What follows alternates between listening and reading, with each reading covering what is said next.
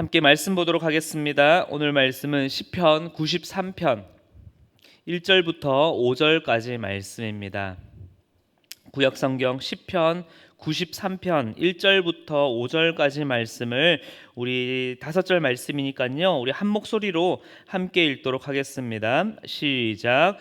여호와께서 다스리시니 스스로 권위를 입으셨도다. 여호와께서 능력의 옷을 입으시며 띠띠 띄우셨으므로 세계도 견고히 서서 흔들리지 아니하는도다. 주의 보좌는 예로부터 견고히 섰으며 주는 영원부터 계셨나이다.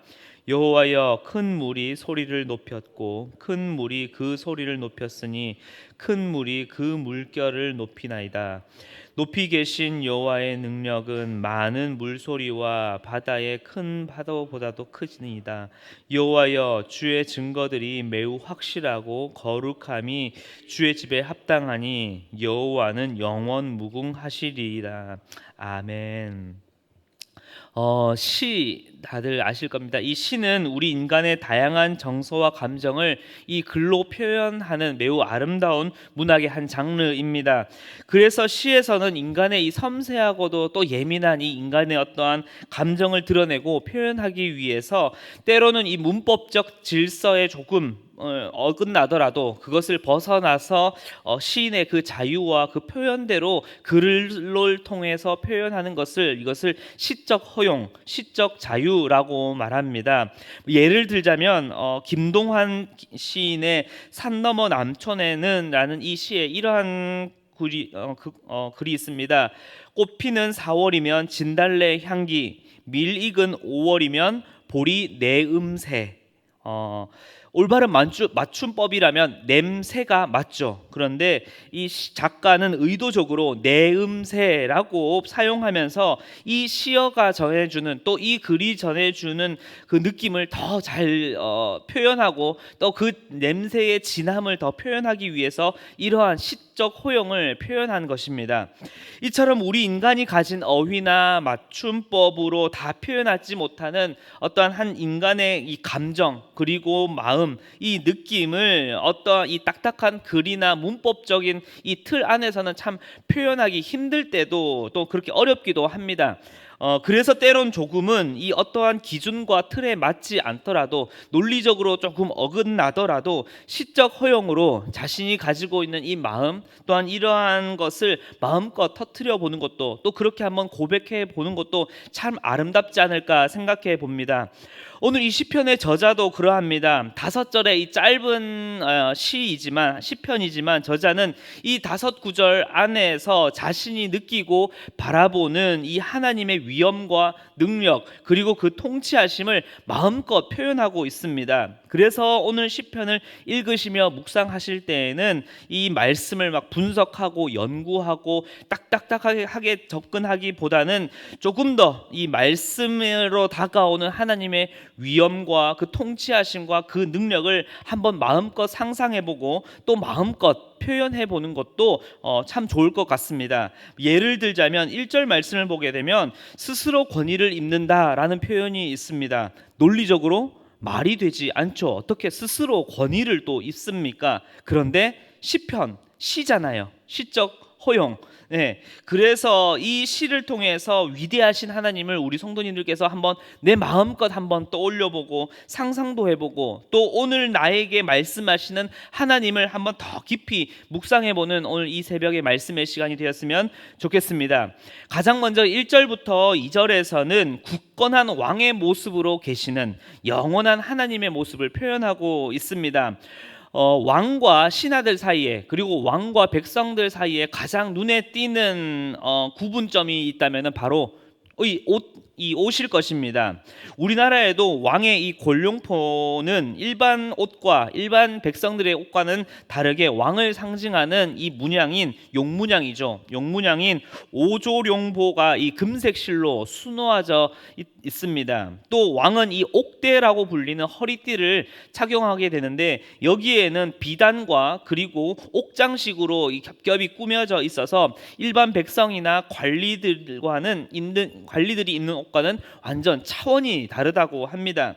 이처럼 저자는 이 하나님의 이 흔들림 없고 굳건한 어떤 이 왕의 모습을 표현하는데, 그 모습은 세상에서 더 높은 누군가에게 부여받은 어떠한 권위와 능력이 아닌 온 세상에서 가장 높으시며 위대하시며 크신 영원한 분이시기에 그 가장 높은 권위와 능력을 스스로 입으셨다. 누군가에게 위임을 받아서 입은 것이 아니라 스스로 입으신 가장 높은 분이라, 이렇게 시적으로 표현을 하고 있습니다. 또 세상의 왕과 그 능력은 세월이 가고 시간이 가면 왕은 언젠가 죽게 되고 나이가 들고 그 힘과 능력을 잃어가는데, 여호와 하나님의 그 능력과 위엄은 시간이 지나도 세월이 지나도 흔들지 못하는 영원한 왕의 그 보좌에 앉아 계심을 오늘 그 하나님의 모습을 이 1절과 2절에서 표현하고 있습니다. 그리고 3절과 4절을 한번 볼까요? 3절과 4절에서는 큰 능력과 질서의 왕의 모습을 이 저자는 표현을 하고 있습니다. 고대 근동이 문화에서는 물이나 강, 이러한 바다는 인간이 뛰어넘을 수 없는 어떤 위협적인 존재, 두려움의 대상으로 표현을 하고 있습니다. 그러하다 보니 이 말씀 출애굽기에서나 창세기에서 노아의 홍수나 또 홍해 사건이 참 그들에게 두려움의 대상, 또한 그것을 이겼다는 것이 그들에게는 엄청난 이 기쁨이 되는 것도 그러한 이유가 되겠습니다. 그래서 이 물이나 강, 바다는 이 고대인들에게는 너무나 큰 두려움의 대상이었는데요. 또 그러한 상징인데요.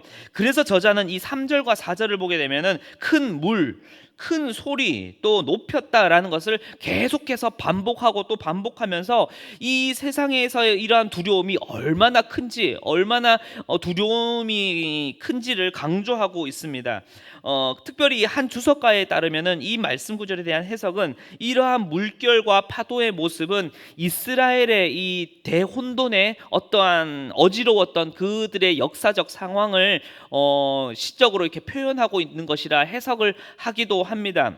어찌되었건 무시무시한 혼돈의 이 파도나 큰 물소리보다 더 크신 이가 바로 누구라고요? 반해 여호와 하나님의 그 능력이라고 시인은 오늘 표현하고 있습니다. 저자는 그 여호와 하나님의 그 능력은 세상의 그 어떤 풍파와 환란과 그 힘과 위험보다도, 또 인간 역사의 그 어떤 혼돈과 이데올로기의 그 시대보다도 훨씬 더 크시며, 그 모든 것들을 질서로 바로잡으시는 것이 누구시다? 바로 여호와 하나님의 능력이시다라고 이렇게 시를 통해서 표현하고 있습니다. 너무나 멋지지 않습니까? 마지막 5절은 1절부터 4절까지의 이 말씀을 하나로 딱 묶어서 마지막 고백으로 일종의 시를 마무리하고 있는데요. 앞서 고백한 위대하시며 영원하신 왕, 그 여호와 하나님은 너무나 확실하고 합당하다라는 것입니다. 5절에서 이 증거라고 하는 말이 있는데, 이것을 이 문맥에서 조금 더 정확하게 좀 풀어서 그 의미를 보자면, 이 증거라는 것은 주님의 뜻과 인간의 의무를 증거하는, 그 주님의 뜻과 인간의 의무를 증거해주는, 보여주는 법도라고 할 수 있습니다. 예를 들자면 매우 넓은 우리 수원의 롯데몰이나 이러한 큰 매우 넓은 마트에서 여기는 주차장이 어딘지 출구는 어딘지 도통 여기는 어딘지 아무것도 알 수 없는 이 마트에서 이 안내지도, 안내판 하나를 딱 보면 마트에 대한 정보와 위치와 또한 내가 서 있는 것이 쫙 나와서 그 마트에 대한 모든 것을 알 수 있지 않습니까? 이것처럼 주님의 말씀과 그 법도, 그리고 우리를 향하신 그 말씀을 딱 보게 되면 하나님의 그 살아계심과 위대하심을 보여주는 너무나도 확실한 증거가 된다라는 것입니다. 그리고 그 하나님의 거룩하심이 이 하나님의 집, 즉 하나님의 임재와 통치가 임하시는 바로 그것은 너무나 합당하고 올바르다라고 말하는 것입니다. 그래서 1절부터 4절까지 표현해 왔던 여호와 하나님의 이 영광과 능력은 영원 무궁하며 그것은 이 말씀을 통해서 알 수 있듯 너무나 우리에게 확답한 증거가 된다, 우리의 고백이 된다라는 것으로 이 저자는 이 시편의 찬양을 그 하나님께 영광 올려드리며 시를 맺고 있는 것을 볼 수 있습니다. 이처럼 시편 93편은 하나님의 그 능력과 통치하심을 마음껏 글로 표현하면서 하나님께 영광 올려드리고 또한 찬양 올려드리는 것을 볼 수 있습니다. 오늘 이 말씀을 읽으시며 또 함께 바라보시면서 우리 성도님들께서는 어떠한 모습의 하나님이 그려지고 계십니까? 그리고 이 말씀을 묵상하시며 나에게 있어 이 하나님은 어떠한 분으로 다가오고 계십니까? 이제 이 위대하신 하나님의 그 말씀 앞에서, 그리고 우리의 왕이신 그 하나님을 더 깊이 묵상하고 또 더 가까이 그 주님께 한 걸음 한 걸음 나아가시는 오늘 하루가 되시길 간절히 기도합니다.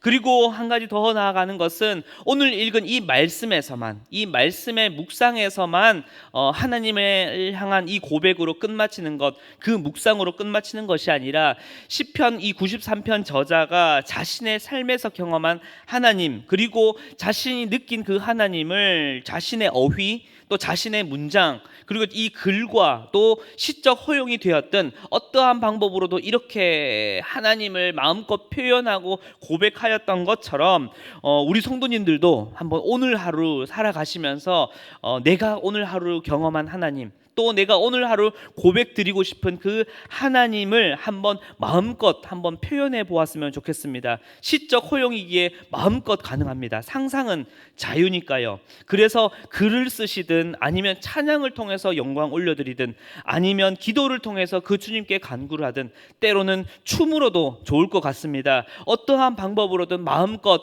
나에게 임하신, 또한 나에게 말씀하신 그 하나님을 한번 표현해보고, 또한 그러한 나의 고백을 통하여 그 하나님께 영광 올려드리며 그 하나님의 임재와 그 거룩하심을 마음껏 느끼며 또 그렇게 내 삶으로 고백드리며 나아가시는 오늘 하루가 되시길 간절히 기도하겠습니다. 함께 기도하겠습니다. 왕이신 나의 하나님, 내가 주를 높이고 영원히 주의 이름을 송축하리이다.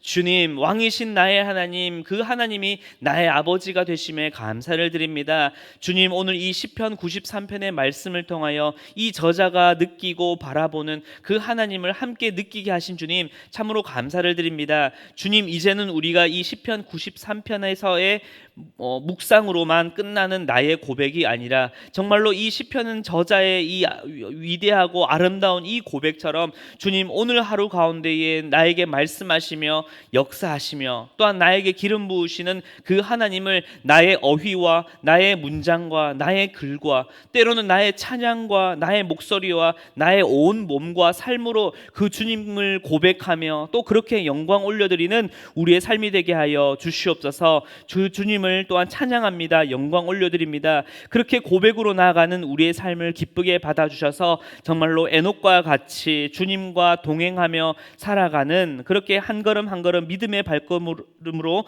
나아가는 우리 모든 성도님들의 삶이 되게 하여 주시옵소서. 감사를 드리며 살아계신 예수 그리스도의 이름으로 기도드렸습니다. 아멘.